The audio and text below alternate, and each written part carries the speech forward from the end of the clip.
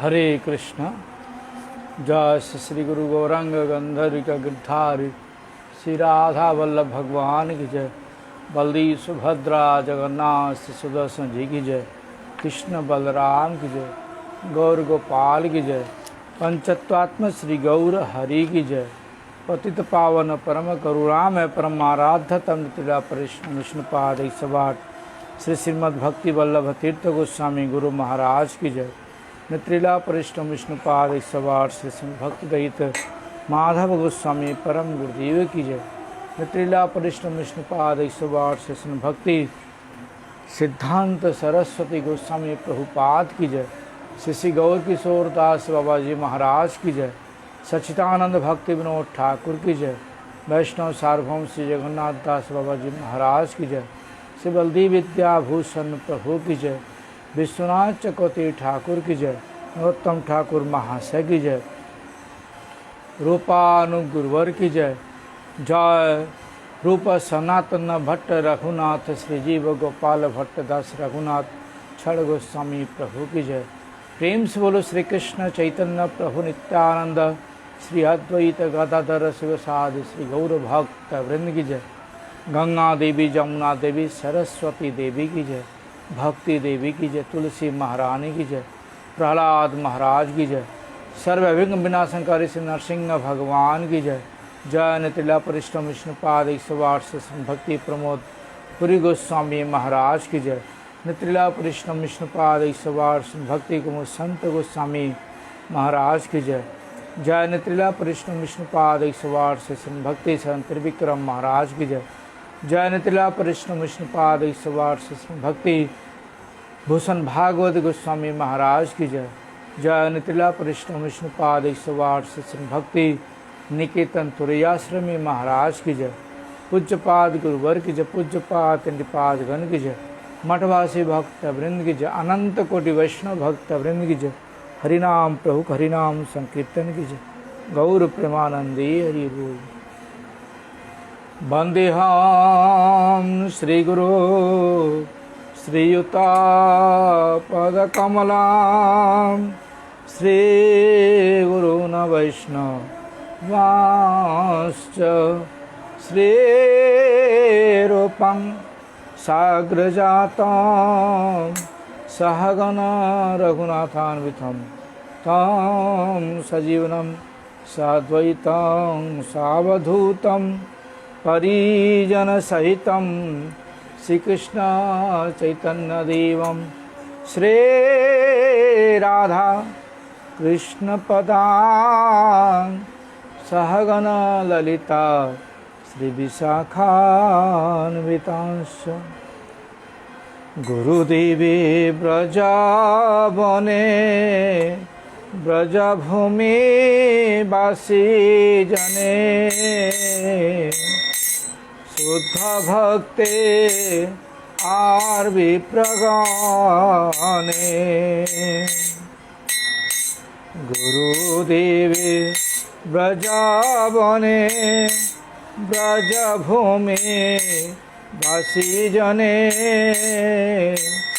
शुद्ध भक्ते आर विप्रगणे इष्ट मंत्रे हरि नामे जुगल भजन कामे इष्ट मंत्रे हरि नामे जुगल भजन कामे करते अपूर्व जने करते अपूर्व जतने धरि मन चरणे तो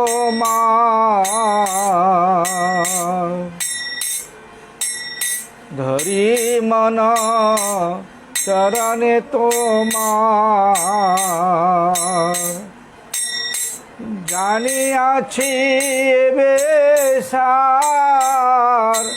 कृष्ण भक्ति बिन आर জানিয়াছি এবে সার, কৃষ্ণ ভক্তে বিনে আর নাহি ঘুচে জীবের সংসার, নাহি ঘুচে জীবের সংসার। কর্ম জ্ঞান তপ যোগ সকলই তো কর্ম ভোগ, কর্ম ছাড়াইতে কেহ নারে। কর্ম জ্ঞান তপ যোগ সকলই তো কর্ম ভোগ, কর্ম ছাড়াইতে কেহ নারে।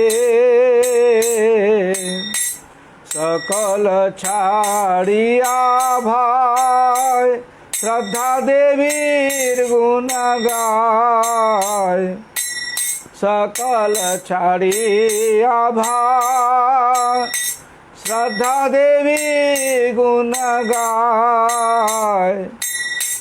যার কৃপা ভক্তি দিতে পারে,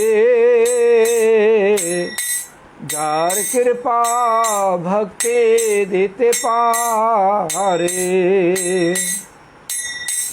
হরিদম্ব অনুক্ষণ স্মরষ্ট তত্ত্বমন, কর তাহে নিষ্কপটে রতি।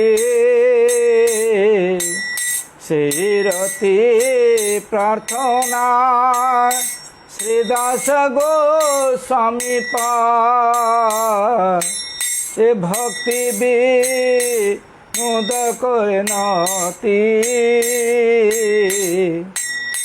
সেই রতি প্রার্থনা শ্রীদাস গোস্বামী পায়, এ ভক্তি বিনোদ করে নতি।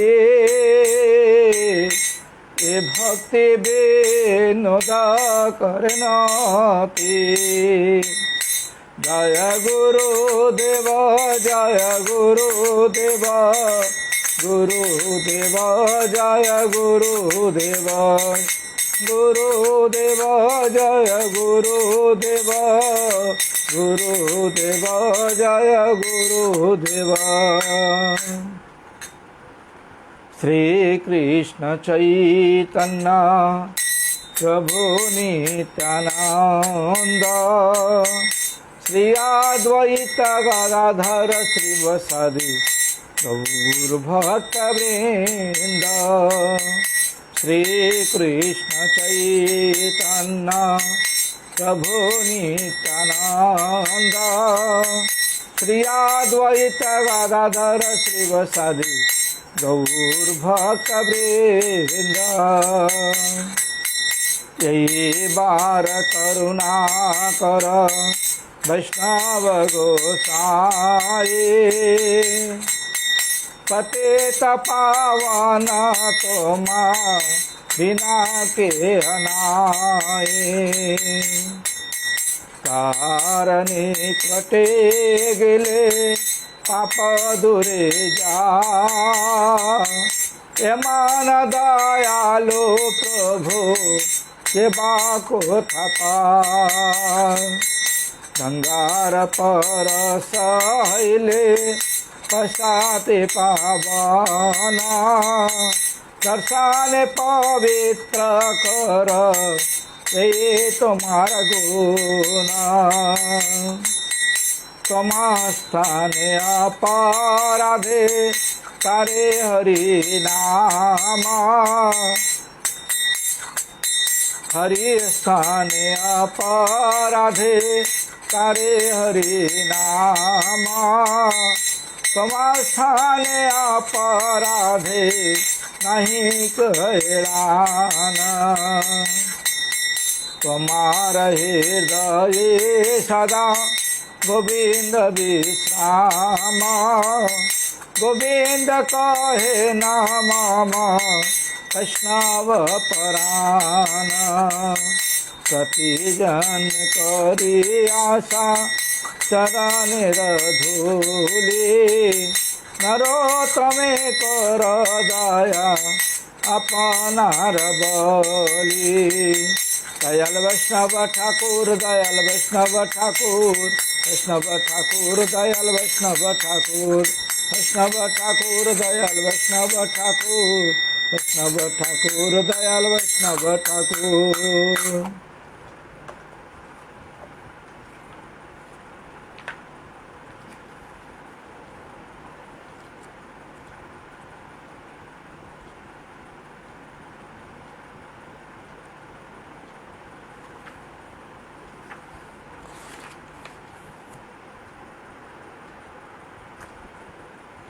हरि बोल मेरी रसना घड़ी घड़ी।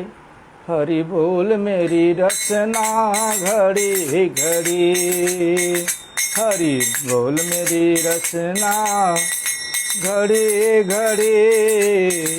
हरि बोल मेरी रसना घड़ी घड़ी। व्यर्थ बिताते है क्यों जीवन, व्यर्थ बिताते है क्यों जीवन। मुख मंदिर में पड़ी पड़ी। हरि बोल मेरी रसना घड़ी घड़ी। हरि बोल मेरी रसना घड़ी घड़ी। हरि बोल, हरि बोल, हरि बोल, हरि बोल, हरि बोल, हरि बोल, हरि बोल, हरि बोल। हरि बोल मेरी रसना घड़ी घड़ी। हरि बोल मेरी रसना घड़ी घड़ी। जाग उठे तेरी ध्वनि सुनकर, जाग उठे तेरी ध्वनि सुनकर। इस काया के कड़ी कड़ी, इस काया के कड़ी कड़ी। हरि बोल, हरि बोल, हरि बोल, हरि बोल। हरि बोल मेरी रसना घड़ी घड़ी। हरि बोल मेरी रसना घड़ी घड़ी। नित्य निकाल गोविंद नाम की, नित्य निकाल गोविंद नाम की। श्वास श्वास से लड़ी लड़ी, श्वास श्वास से लड़ी लड़ी। हरि बोल मेरी रसना घड़ी घड़ी। हरि बोल मेरी रसना घड़ी घड़ी। बरसा दे प्रभु नाम सुधारस, बरसा दे प्रभु नाम सुधारस। बिंदु बिंदु से झड़ी झड़ी, बिंदु बिंदु से झड़ी झड़ी। हरि बोल मेरी रसना घड़ी घड़ी। हरि बोल मेरी रसना घड़ी घड़ी। हरि बोल, हरि बोल, हरि बोल, हरि बोल। हरि बोल मेरी रसना घड़ी घड़ी। हरि बोल मेरी रसना घड़ी घड़ी। हरे कृष्णा, हरे कृष्णा, कृष्णा कृष्णा, हरे हरे। हरे राम, राम राम, हरे हरे। हरे कृष्णा, कृष्णा कृष्णा, हरे हरे। हरे राम, राम राम हरे हरे। गौर हरि बोल हरि बोल हरि बोल हरि बोल हरि बोल हरि बोल हरि बोल हरि बोल। साक्षात् हरितेन समस्त्र शास्त्रै रुक्तस्था भाव्यतीव शब्दि किंतु प्रभोर्जा प्रियवतस्य वंदी गुरो श्री चरणारविंदम। वाञ्छाकल्पतरुभ्यश्च कृपा सिन्धुभ्यैव च पतितानां पावनेभ्यो वैष्णवो नमो नमः। श्री कृष्ण चैतन्य प्रभु नित्यानंद श्री अद्वैत गदाधर शिवसादि गौर भक्त वृंद। हरे कृष्ण कृष्ण कृष्ण हरे हरे, हरे राम राम राम हरे हरे। सर्वाग्र श्री भगवान का भिन्न प्रकाश में विग्रह, श्री भगवान के सेवा में अधिकार प्रदानकारी, श्री भगवद ज्ञान प्रदाता, पतित पावन परम करुणा में परम आराध्यता नेत्रीला परिश्रम विष्णुपाद 108 से श्रीमद् भक्ति वल्लभ तीर्थ गोस्वामी गुरु महाराज के श्री चरण में अनंत कोटि साष्टांग प्रणाम करते हुए उनकी अहित कृपा प्रार्थना करता हूँ। गुरुदेव प्रसन्न हो। पूज्यपाद शिक्षा गुरुवर के श्री चरण में अनंत कोटि साष्टांग प्रणाम करते हुए उनकी अहित कृपा प्रार्थना करता हूँ। शिक्षा गुरुवर प्रसन्न हो। कथा श्रवण पिपासु भक्तबिन मातृबिन पितृबिन सभी के यथा संवादन करते हुए सबकी प्रसन्नता चाहता हूँ। सभी लोग प्रसन्न हों। हम लोगों की चर्चा चल रही है जीव का वास्तविक नित्य धर्म और अन्य लोगों के साथ, सामाजिक लोगों के साथ अनन्य व्यवहार किस प्रकार से व्यवहार करना चाहिए, कैसे कैसे भक्त हैं, सारी चीज़ें हमारी चर्चा चल रही है। तो कल हम लोगों ने श्रवण किया था कि नित्यानंद ने प्रश्न किए थे कि जो वैष्णव संतान हैं उनकी क्या शुद्ध भक्ति है, हुई है। जो वैष्णव संतान होते हैं, वैष्णव कुल में उद्भूत, गोस्वामी कुल में उद्भूत एक वैष्णव जाति होती है। वैष्णव जाति में उद्भूत या गोस्वामी जाति में उद्भूत, गोस्वामी जाति में उद्भूत लोग शुद्ध वैष्णव तो है नहीं, ऊपर से वैष्णव गोस्वामी नाम के नाम से बिक्री करके, भगवान के नाम को बिक्री करके वो अपने आप को जीवन यात्रा अपना चलाते रहते हैं। इसलिए यहाँ पर बता रहे हैं कि वैष्णव संतान दिगर की शुद्ध भक्ति हैयच है। जो वैष्णव संतान लोग हैं, जो वैष्णव कुल में उद्भूत हैं, यानी वैष्णव जाति में उद्भूत हैं, गोसाई जाति में उद्भूत हैं, ऐसे लोगों की जो संतानें हैं, क्या वह शुद्ध भक्ति उनकी उदित हुई है? इसके उत्तर में हरिदास बाबा जी महाराज ने बताए थे कि एरूप पद्धति क्यों चले आसছে, एरूप पद्धति क्यों प्रचारित होच्छे आमी एटा बुझते पारी ना। यानी इस प्रकार से पद्धति कि वैष्णव कुल में उद्भूत, वैष्णव जाति में उद्भूत वैष्णव बोल करके हम शिष्य बनाएंगे, गुरु होंगे। गोसाई कुल में उद्भूत हम गुरु बनाएंगे, शिष्य बनाएंगे, गुरु परंपरा चलाएंगे, कुल गुरु की परंपरा हमारी चलती रहेगी। लेकिन यह मैं समझ नहीं पाता। एरूप ना हुआ उचित। हरिदास बाबा जी महाराज बोलते हैं इस प्रकार से न होना ही अच्छा है। यह मेरा मेरी समझ है। कनिष्ठ वैष्णव वैष्णव चिनिवार शक्ति नाई बलिया से रूप है।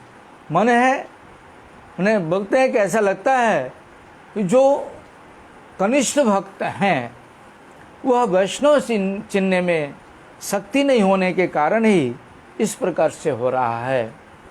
तो कल हम लोगों ने यहाँ तक श्रवण किया था। इसके आगे आज हम चर्चा करते हैं। चर्चा करने से पहले आप लोगों से प्रार्थना, जो हमारे फेसबुक के बंधु हैं वह लोग कृपा करके पेज को फॉलो करें, क्योंकि पेज फॉलो करने से डायरेक्ट उनको नोटिफिकेशन चला जाएगा और डायरेक्ट ऑनलाइन सुन सकते हैं। दूसरा, जो बंधु लोग हैं फेसबुक पर पेज पर, उन्हों से प्रार्थना कि यूट्यूब को सब्सक्राइब करें। ये मत सोचें कि जो है यूट्यूब, हम तो फेसबुक पर या पेज पर दर्शन हरिकथा सुन लेते हैं, दर्शन कर लेते हैं, तो यूट्यूब को करने की ज़रूरत नहीं है। ऐसा नहीं है भाई। यूट्यूब को भी सब्सक्राइब करें, शेयर करें, ऑनलाइन बेल आइकन दबावें और यूट्यूब को ज़्यादा से ज़्यादा प्रोत्साहित करें, जिससे हमारी आगे की जो प्रोग्रेस है, जी मैं यूट्यूब पर लाइव करने की जो हमारी चेष्टा है और यूट्यूब पर भी लाइव कर सकें। जो लोग फेसबुक पर हैं वो तो फेसबुक पर दर्शन कर रहे हैं, जो लोग यूट्यूब पर हैं वो लोग भी कम से कम ऑनलाइन दर्शन कर सकें, ऑनलाइन हरि कथा सुन सकें। इसलिए आप लोगों से करबद्ध निवेदन कि यूट्यूब को सब्सक्राइब करें, बेल आइकन दबावें और शेयर करें, लोगों को बतावें। नित्यानंद प्रभु आगे प्रश्न करते हैं, वैष्णव संतान की कोनो विशेष सम्मान है? जो वैष्णव जाति में उद्भूत हैं, गोसाई जाति में उद्भूत हैं, कुल गुरु में उद्भूत हैं, कुल संप्रदाय में जो उद्भूत हैं, जन्म लिए हैं, ऐसे संतानों की क्या कोई सम्मान है? इसके विषय में हरिदास बाबा जी महाराज बताते हैं कि वैष्णवेरी सम्मान, बोलते हैं जो वैष्णव हैं उन्हीं का ही सम्मान है। वैष्णव संतान यदि शुद्ध वैष्णव हों तबे ताहार भक्ति तारतम्य क्रमे सम्मानित तारतम्य बता रहे हैं। एक वैष्णव का ही आदर है, सम्मान है। और अगर वैष्णव के संतान अगर वैष्णव हैं तो क्या बताते हैं, तो अगर वह शुद्ध भक्ति उनके अंदर है तभी उनका भक्ति के तारतम्य के अनुसार, भक्ति की किस प्रकार से उनकी भक्ति है उस भक्ति के अनुसार ही उनका सम्मान होता है। क्योंकि जिनके पास भक्ति नहीं होती है, जैसे जिस डाल पर फल नहीं होते हैं वह डाल सब समय माथा ऊंचा करके रहता है, और जिस पेड़ पर फल लगे रहते हैं वह फल की जो डाटी है, डाल है, वह सब समय झुका रहता है। तो जिसके अंदर शुद्ध भक्ति है उसका सब समय सम्मान है, क्योंकि उस सब समय झुका ही रहता है। जिसके अंदर शुद्ध भक्ति नहीं है, इसका समझ में आता जाता है कि जो अपने आप को काम, क्रोध, लोभ, मोह, अहंकार, मत्स्य, ये 6 प्रकार के दुश्मनों को जो अपने कंट्रोल में नहीं कर पाया है, वह शुद्ध भक्त के होने के लायक नहीं हुआ है। इसलिए शुद्ध भक्त अगर वह होते हैं तो उनका सम्मान उनके भक्ति के अनुसार ही होना चाहिए। इस प्रकार से बाबा जी महाराज बताते हैं। आगे बता रहे हैं कि वैष्णव संतान यदि केवल व्यवहारी मनुष्य है, प्रश्न कर रहे हैं कि अगर वैष्णव संतान है, अगर वो समाज में व्यवहार के अनुसार, सामाजिक व्यवहार के अनुसार वो व्यवहार कर रहे हैं, तो फिर क्या होना चाहिए? बड़े अच्छे अच्छे प्रश्न हैं, जो प्रश्न सुनने से हमारे मन को बड़ी ही शांति मिलती है, क्योंकि बहुत ही जो ऐसी ऐसी चीज़ें हैं जो जानने को नहीं मिलता है, और जब उसको जानने से समझ में आता है कि क्या है यह। क्योंकि हमारे मन में बहुत से दुविधाएं होती हैं, भजन करने की दुविधा, प्रश्न बहुत से होते हैं। बच्चों को वैष्णव न बना करके सामाजिक कार्य में लगाना, बच्चे को मनुष्य बना लें, आगे उसके बाद भक्त बनेंगे हम। मुझसे ऐसे लोग बोलते हैं कि अरे पर बच्चों को पहले भक्त तो बना ले, मनुष्य तो बना मैं। अरे भाई, अब खुद तो भक्त बनो, खुद तो मनुष्य बनो, तब तो बच्चों को मनुष्य बना सकते हो। मनुष्य किसको बोलते हैं? जिसके अंदर भगवत चिंतन करने की शक्ति है, उसको मनुष्य बोला जाता है। जिसके अंदर भगवत चिंतन करने की यानी मनन करने की शक्ति है, उसको मनुष्य बोला जाता है। जिसके अंदर भगवत चिंतन करने की शक्ति नहीं है, सामाजिक कार्यों में लगा हुआ व्यक्ति, वह मनुष्य नहीं हो सकता। उसको बोलते हैं धर्मेण हीना पशु समाना। वह व्यक्ति, क्योंकि जो चिंतन करना चाहिए, जो मनन करना चाहिए, उसको छोड़ करके संसार के कामों में लगा हुआ है, संसार की चीज़ों में लगा हुआ है, जो हमारे काम में नहीं आने वाले हैं, मरने के बाद भी साथ में नहीं जाने वाले हैं। अगर साथ में भी जाएंगे, जो हम सामाजिक कार्य वगैरह जो कर रहे हैं, साथ में भी जाएंगे, वो भी कहाँ तक जाएंगे? स्वर्ग तक जाएंगे, क्योंकि पुण्य काम कर रहे हैं। तो पुण्य करने से स्वर्ग तक जाएंगे। अब जब तक हमारा पुण्य रहेगा, तब तक हम वहाँ पर बैठ रहेंगे। अब पुण्य जैसे ही खत्म होगा, वैसे हमें लात मार के भगा दिया जाता है यहाँ पर कर्म करने के लिए। तो इस प्रकार से बार बार हमें यहाँ पर मनुष्य जन्म नहीं मिलता है। मनुष्य जन्म अति दुर्लभ है। इसलिए मनुष्य जन्म पाकर के जो व्यक्ति भगवत मनन नहीं कर सकता, भगवत चिंतन नहीं कर सकता, दुनिया की चिंता करता है, संसार की दुनिया की चिंता करते रहता है, उसको मनुष्य नहीं बोला जाता। गधे की जैसा खटता रहता संसार में, उसको मनुष्य नहीं बोला जाता, उसको दो पांव का पशु बोला जाता है। इसलिए धर्मे नहीं ना पशु भी समाना। इसलिए यहाँ पर बता रहे हैं कि वैष्णव संतान यदि केवल व्यवहारी मनुष्य, वैष्णव संतान अगर वह सामाजिक जो व्यवहार है उसमें ही अगर वह लगे रहते हैं, तो क्या होना चाहिए? इसके उत्तर में बता रहे हैं, ताहा ताहा के व्यवहारिक मनुष्य मध्य गणना करीबे। तब उनको वैष्णव नहीं समझना चाहिए। उनको क्या समझना चाहिए कि जो सामाजिक व्यक्ति हैं उनमें ही गणना उनकी होती है। सामाजिक व्यक्ति मतलब जो समाज में खाने पीने सोने वगैरह की जो आहार निद्रा भय मैथुन में ही लगे हुए हैं समाज में, उन्हीं में ही उनकी गणना की जानी चाहिए। इसलिए बता रहे हैं वैष्णव बलिया गणना व सम्मान करिबे ना। ऐसे व्यक्ति को वैष्णव बोल करके उनकी गणना नहीं की जा सकती, और उनका सम्मान भी वैष्णव के अनुसार उनका सम्मान भी नहीं किया जा सकता। क्यों? क्योंकि वह शुद्ध वैष्णव नहीं बने हैं। शुद्ध वैष्णव जिस दिन बन जाएंगे, उस दिन उनको वैष्णव बोला जाएगा, उस दिन उनको मनुष्य बोला जाएगा। जो भी बच्चा हो, चाहे बूढ़ा हो, चाहे जवान हो, कोई भी हो। प्रहलाद महाराज बताते हैं कि जब से मालूम पड़े कि हरि भजन करना चाहिए, तभी से हरि भजन स्टार्ट कर देना चाहिए। इंतजार नहीं करना चाहिए कि मैं बुढ़ा होऊंगा तब करूंगा। प्रहलाद महाराज ने बहुत बढ़िया उदाहरण हम लोगों के लिए दिए हैं कि मनुष्य की आयु 1 साल है, 100 साल है। अभी अगर गवर्नमेंट की गणना के अनुसार देखा जाए, एवरेज देखा जाए, तो मनुष्य की जो आयु है वह 45 साल एवरेज आया है। एवरेज 45 साल आया, लेकिन शास्त्र में 100 साल मनुष्य की आयु कलयुग में निर्धारित की गई है।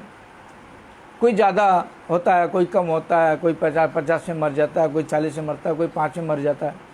तो इस प्रकार से 45 वर्ष आयु जो है शास्त्रीय सरकार ने निर्धारण किया है। तो प्रहलाद महाराज बताते हैं कि जो 50 साल की, जो 100 साल की जो हमारी आयु है, उसमें से 100 साल रात निकल जाती है संसार के भोग करने में, और बचते हैं 50 साल। 50 साल में 20 साल पढ़ाई लिखाई खेल कूद में हम शेष कर देते हैं, ख़त्म कर देते हैं। बचता है 30 साल। 30 साल में 20 साल क्या करते हैं? शादी करते हैं, संतान उत्पत्ति करते हैं, घर बनाते हैं, नाती पोता करते हैं, ब्याह शादी करते हैं, ये सब कर लेते हैं। बचता है 10 साल। वो 10 साल कौन सा बचता है? अगर आप हम लोग जाके बोले माता जी बाबा थोड़ा मंदिर जाना चाहिए आपको, बोलते हैं महाराज कैसे जाएं, घुटने काम नहीं कर रहे हैं। दर्शन तो कर लो जाके, आँख से दिखाई नहीं देता। हरि कथा तो सुनो, कान से सुनाई नहीं देता। प्रसाद तो खाओ, दांत से चबा नहीं जाता। इस अवस्था में क्या भजन होगा? अरे भाई, हमारी जो गवर्नमेंट है वह 18 साल से 28 साल 30 साल की उम्र में ही भर्ती ले लेती है, और जब वो 60 साल के होते हैं तब उनको रिटायरमेंट दे देती है। क्यों? कि जो एनर्जी थी उनके अंदर, वो एनर्जी गवर्नमेंट ने चूस ली। अब उनके अंदर वो एनर्जी नहीं रह गई जो एनर्जी में काम कर सकें वो। इसलिए गवर्नमेंट हमारी क्या करती है, उनको रिजाइनमेंट दे देती है, रिटायरमेंट दे करके घर में बिठा देती है, पेंशन देती है। क्यों? जब गवर्नमेंट हमारी, ये सरकार हमारी रिटायरमेंट दे के घर में बिठा देती है, तो वृद्धा काल में जो 10 साल की जो आयु हमारी बचती है, उसमें क्या हम भजन कर पाएंगे? कभी नहीं कर पाएंगे। उसमें भजन नहीं होगा। क्यों नहीं होगा? प्रहलाद महाराज बता रहे हैं कि बचपन से लेकर के संसार के भोग को ही करते आए हैं हम, और जब शादी हो गई है तो पत्नी की जो मीठी मीठी बातें कानों में गई है, बच्चों की जो किलकारियां कानों में गई है, पोतों को लेकर के पीठ पे बैठ के घोड़ा बन करके हम उनको आनंद दिए हैं, तमाम प्रकार के सुख सुविधाएं उनको दी हैं। इन सुख सुविधाओं के कारण हमारी जो मनन शक्ति है उस संसार में ही लगी रहेगी, क्योंकि पूरी एनर्जी हमने पूरा जीवन संसार में ही गधे के जैसा दिया। इसलिए वृद्ध उम्र में अगर हम चाहें भजन कर लें तो भजन नहीं होगा मेरे भाई। इसलिए प्रहलाद महाराज बोलते हैं कौमार अवस्था से, छोटे उम्र से ही भजन स्टार्ट कर देना चाहिए, तब भजन होगा, नहीं तो भजन नहीं होगा। इस प्रकार से बता रहे हैं कि अगर वैष्णव संतान अगर वैष्णव नहीं है तो उसको वैष्णव बोल करके उनकी गणना नहीं की जा सकती। इसीलिए जो वैष्णव लोग हैं उनको खास करके ध्यान देना चाहिए कि हमारे पूज्यपाद कल विष्णु महाराज ने बता रहे थे, एक उनके पास प्रश्न आया था कि बच्चे का दीक्षा नहीं हुआ है तो क्या वह भगवान की सेवा कर सकता है? तो महाराज ने बताया था कि जब आपका हरिनाम हुआ था, गुरु जी की छवि, गुरु जी के फोटो, भगवान के फोटो, सब फोटो दिए गए थे आपको पूजा करने के लिए, भोग लगाने के लिए नियम बताए गए थे, तो क्या आपका उस समय दीक्षा हुआ था? उस समय दीक्षा तो नहीं हुआ। दीक्षा तो बाद में हुआ, 1 साल 2 साल बाद हुआ, 6 महीने बाद हुआ। तो जो बच्चे हैं उनकी दीक्षा नहीं होने के बावजूद भी उनको भगवान की सेवाओं में नियुक्त करना होगा, उनसे आरती करवानी होगी, उनसे फूल चरणों में अर्पित करवाना होगा, फूल चयन कराना होगा, तुलसी चयन करानी होगी, उनको श्रृंगार कराना होगा, साफ सफाई कराना होगा। भगवान की सेवा में हम अगर इतने कठोर हो जाएं, आज मैंने घर में गया था, उनके घर पर देखा उनका लड़का परिवार से बिल्कुल अलग है। बताता था पहले कि मैं हरि एकादशी करता था, सब कुछ करता था, लेकिन परिवार की जो व्यवहार के कारण बोलता है कि मुझे इन लोगों से मतलब नहीं है, मुझे नहीं करनी है पूजा पाठ, मुझे नहीं करना है एकादशी, मुझे कुछ नहीं करना है। ऐसी अवस्था क्यों आती है? इसलिए आती है कि हमारे व्यवहार में कमी होता है। बच्चों को पूजा पाठ सिखावें, पूजा में लगावें, आरती करावें।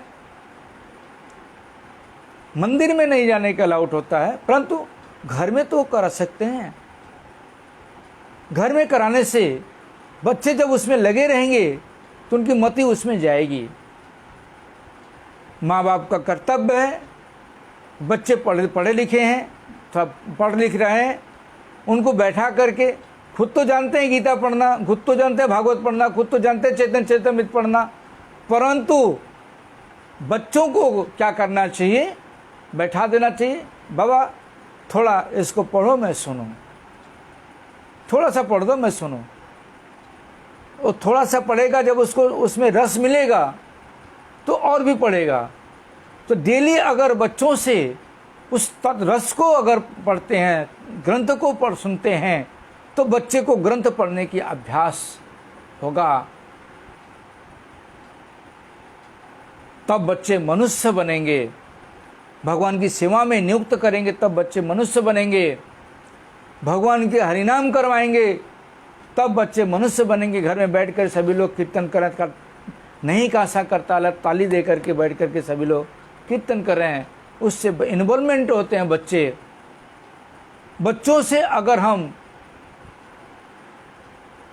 इस तरह से व्यवहार आए कि बच्चे हमसे दूर हो जाएं, ऐसे व्यवहार करने से बच्चे दुश्मन बन जाते हैं हमारे।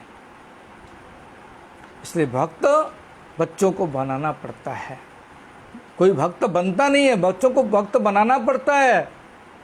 मठ में भी यही करना होता है।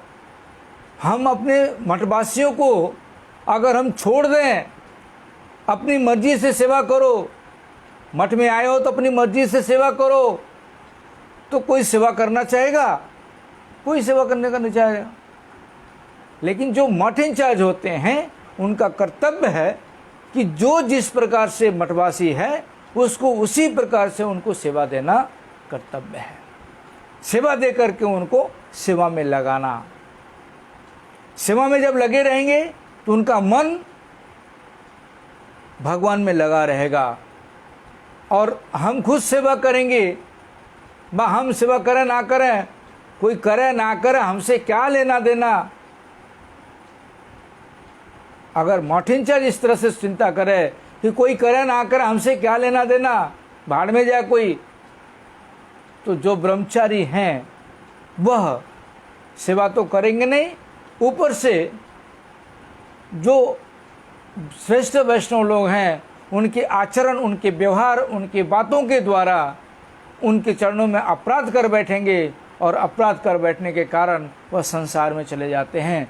जिसके कारण वैष्णव लोग क्या बोलते हैं कि वैष्णव चरणों में अपराध किया इसलिए घर पे चला गया, संसार हो गया। तो हम अपने दोष को देखें, हमारी दोष क्या है।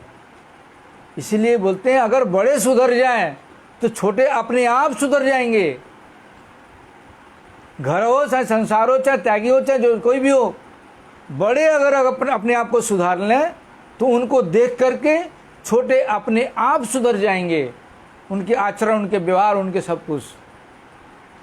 लेकिन बड़े ही नहीं सुधरना चाहते तो छोटे उनके आचरण व्यवहार को देख करके कहाँ से सुधरेंगे? उल्टा उनके चरणों में अपराध करके संसार में चले जाते हैं। इसलिए बच्चों को भगवान की सेवा में नियुक्त करना चाहिए, जिससे बच्चे भक्त बने, ना कि अभक्त बने। ये माँ बाप का कर्तव्य है, सबका कर्तव्य है। माँ का भी कर्तव्य है कि भगवान की सेवा में लगावे, खुद भगवान की सेवा में लगे और भगवान की सेवा में लगावे। खुद एकादशी करे, बच्चों से एकादशी कराने की चेष्टा करे,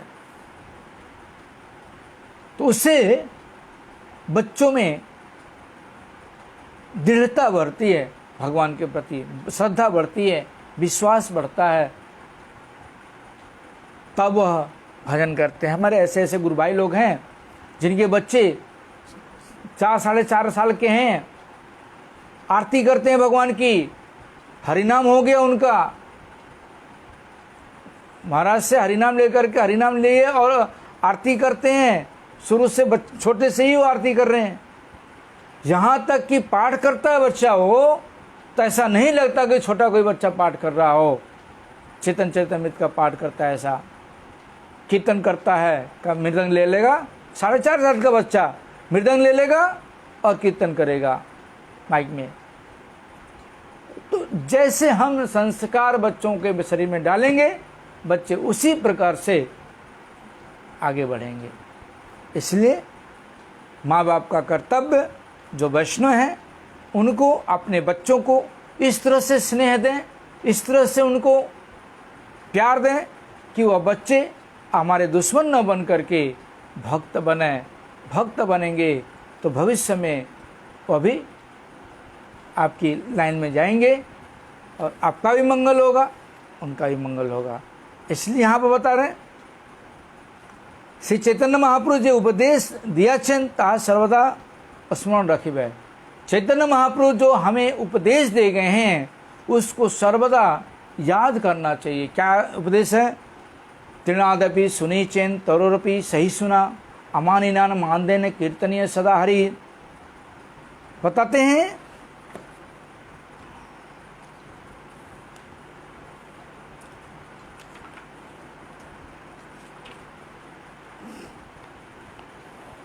कि तृणा अपेक्षा सुनिश जनिया, अपने आप को तृण से अपेक्षा सुनिश जानना, तरु अपेक्षा सहनशील,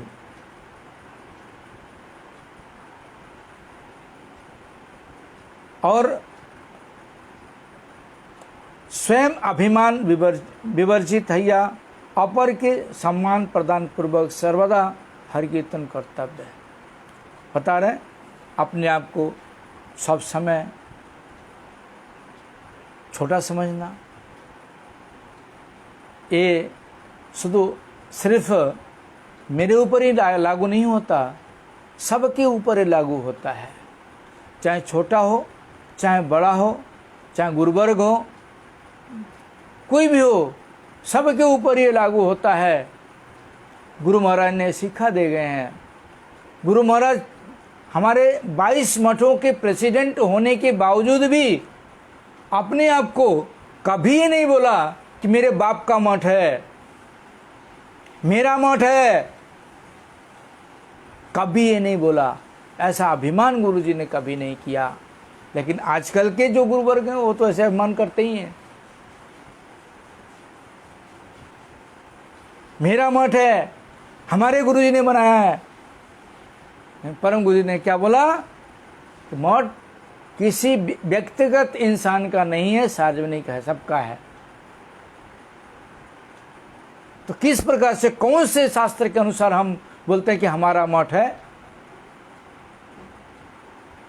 सबका अधिकार है मठ के ऊपर, क्योंकि सबके सहयोग से ही तो मठ बना है और सबके सहयोग के द्वारा ही तो मठ चल रहा है, सबके सहयोग के द्वारा ही तो मठ की सेवा हो रही है। हम किस प्रकार से अहंकार दिखा सकते हैं कि मठ हमारा है? हमारे अनुसार चलना होगा, ये तो नहीं है, ये तृणादपी तो है ही नहीं है। तो खुद को आगे तृणादपी बनाना पड़ता है। दूसरों को हम शिक्षा दें तृणादपी सुनेचेन का, और खुद एक रत्ती भी तृणादपी ना हो, दूसरों की शिक्षा कैसे काम आएगी? दूसरे के ऊपर जो शिक्षा दे रहे हैं वो कैसे काम कर रहे हैं? क्यों आचरण में तो देख रहा है, जो हैं उनके अंदर तो एक पैसे से तृणादपी नहीं है। तो वो व्यक्ति, वो बच्चा, वो संतान, वो मठवासी क्या समझेगा, क्या इज्जत करेगा, क्या मान सम्मान करेगा? इसलिए तृणादपि सुनिचेन, पहले तृणादपि सुनिचेन, उसके बाद तरु अपेक्षा सहनशील, वृक्ष की तरह सहनशील। वृक्ष को जिस प्रकार से ढेला मारते हैं तो भी वो कुछ नहीं बोलता, उसको काटते हैं तो भी नहीं कुछ बोलता, फिर भी क्या करता है वृक्ष? छांव देता है, फल देता है, ऑक्सीजन देता है। इतने सहनशील होने के बाद भी सब कुछ देता है। लेकिन हम साधु होकर के एक पैसे की सहनशीलता पैदा नहीं कर सकते अपने अंदर। सब समय क्रोध लेके बैठे हुए हैं, मात्सर्य लेके बैठे हुए हैं, सब समय निंदा करते बैठे हुए हैं, सब समय उंगली करते रहते हैं। तो उनको सहनशीलता किस प्रकार से बोला जाएगा? सहनशील व्यक्ति उनको किस प्रकार से बोला जाएगा? ये घर में भी लागू होता है, मंदिर में भी लागू होता है, मठ मंदिर में लागू होता है, सब जगह लागू होता है। इसलिए सबके लिए है।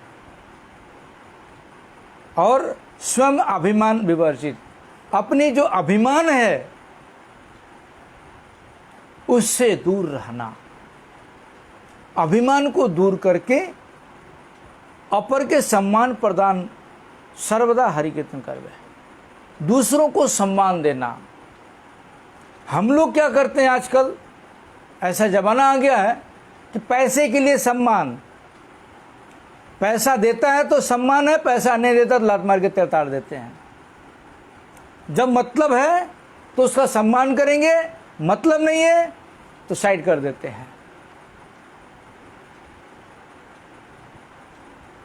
इसको सम्मान नहीं बोलते, इसको अभिमान विवर्जन भी नहीं बोलते। सब समय जीवे सम्मान दिवे, जानी कृष्ण अधिष्ठान, सारे जीवों को कृष्ण का अधिष्ठान समझ करके सारे जीवों को सम्मान देना, खुद को निराभिमान होकर के दूसरों को सम्मान देना। लेकिन वो एक कहावत है ना, कृष्ण जब थे तो उनके कुल में बहुत से संतान उत्पत्ति हुए, एक नहीं बहुत से 56 करोड़ जनसंख्या थी कृष्ण के कुल में। तो कृष्ण के रहते रहते 56 करोड़ जनसंख्या उनके वंश में था सिर्फ। तो उन लोगों के अंदर, वंशगत जो लोग थे उन लोगों के अंदर एक अभिमान आ गया कि हम कृष्ण के संतान हैं, हमारा कोई कुछ नहीं बिगाड़ सकता, हम जो चाहें वो करेंगे, जैसे चाहें वैसे रहेंगे। और क्या हुआ?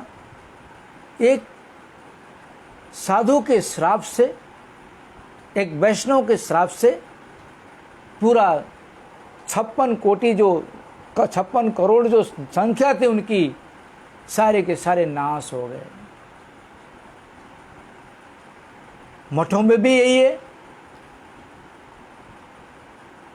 कि हम फलाने महाराज के संतान हैं,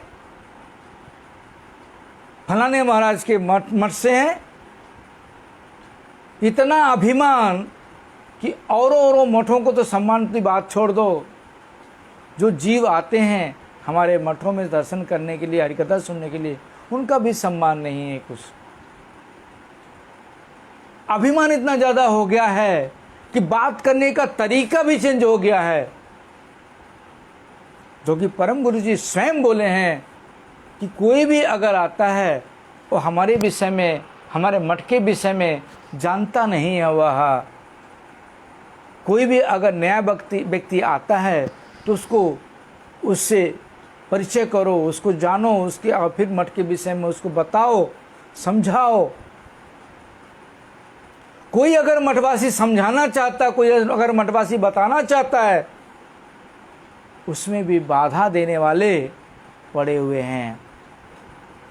ऐसे ऐसे बाधा देते हैं, क्या बोलें आप लोगों को। इसलिए जो परम गुरु जी की जो धारा थी, वह जो संस्कार था, जो परम गुरु जी की जो शिक्षा थी, आज वह शिक्षा, वह धारा, वह सब कुछ दिखाई नहीं देता। परम गुरु जी मठवासियों को लेकर के 1 घंटा हरि चर्चा करते थे। सब समय मठवासियों को मृदंग बजाना सिखाते थे, मठवासियों को हरिकथा करना सिखाते थे, हरिकथा बोलने का मौका देते थे। उनको किस प्रकार से मठवासियों को ऊपर उठावे, इस प्रकार से उनकी शिक्षा थी। लेकिन अब हमारा मठ है, हमारा अधिकार है पाठ करने का, हमारा अधिकार है सब कुछ करने का। किसने तुम्हें अधिकार दिया? बहुत सी बातें आती हैं। इसलिए चाहे वो बड़े हों चाहे छोटे हों, सबके लिए निर्धारित होता है कि वह तीनादपि अपने आप को अभिमान से रहित होकर के दूसरों को सम्मान दें। गिव एंड टेक, ये रूल से ये गिव एंड टेक। हम अगर किसी को सम्मान देंगे तो हमें व्यक्ति सम्मान देगा, अगर हम किसी को अपमान करेंगे तो व्यक्ति हमें अपमान करेगा। हम किसी को थप्पड़ मारेंगे, वो महात्मा गांधी नहीं है कि दूसरा थप्पड़ गाल कर देगा। इसलिए गिव एंड, हमारी जो मठ है वह गिव एंड टेक की पॉलिसी लेके चलती है कि खुद दूसरों को सम्मान दो, फिर सम्मान पाओगे, फिर आगे की शिक्षा मिलेगी। लेकिन आजकल सम्मान की तो बात ही छोड़ दो, सब समय किस प्रकार से अपमान किया जाए, किस प्रकार से उसको निकृष्ट बनाया जाए, किस प्रकार से उसको घटिया बनाया जाए, किस प्रकार से उसको यहाँ से भगाया जाए मठ छोड़ करके, यही चीज़ हमारे मठों में आजकल ज़्यादातर चल रही है। कुछ दिन पहले मैंने मायापुर में एक मठ इंचार्ज के पास गया बात करने के लिए। बात कर रहा हूँ, उनकी भाषा, हमारे जो नियम हैं, हमने जो 4 नियम बनाए हैं, उस नियम के अनुसार अगर कोई मठवासी चलता है तो उसको उन्नति होगी, अगर नहीं चलता है तो मठ छोड़ के जा सकता है। गुरु महाराज ने क्या मठ छोड़ने के लिए कभी बोला कि मठ छोड़ के जा सकता है? इतना अहंकार, मठ छोड़ के जा सकता है? हमारे यहाँ एक कहावत है, कौवा के मरने के बाद किलहटी का राज। जब कौवा मर जाता है तो छोटी छोटी जो किलहटी होती हैं वो अपना अपना राजत्व स्थापित करना चाहती हैं, अपने अपने मत को अनुसार चलना चाहती हैं। वही दशा आजकल सारे मठों में सब जगह चल रहा है, संसार में भी चल रहा है। ये नहीं कि मठ में चल रहा है, सब जगह चल रहा है, घर में भी चल रहा है। घर में अगर जो मालिक है वो मर जाता है तो 4 बच्चे हैं, 4 बच्चे अपना अपना राजत्व चलाना शुरू कर देते हैं, अपने अपने अधिकार चलाना शुरू कर देते हैं। सब जगह है। इसलिए जो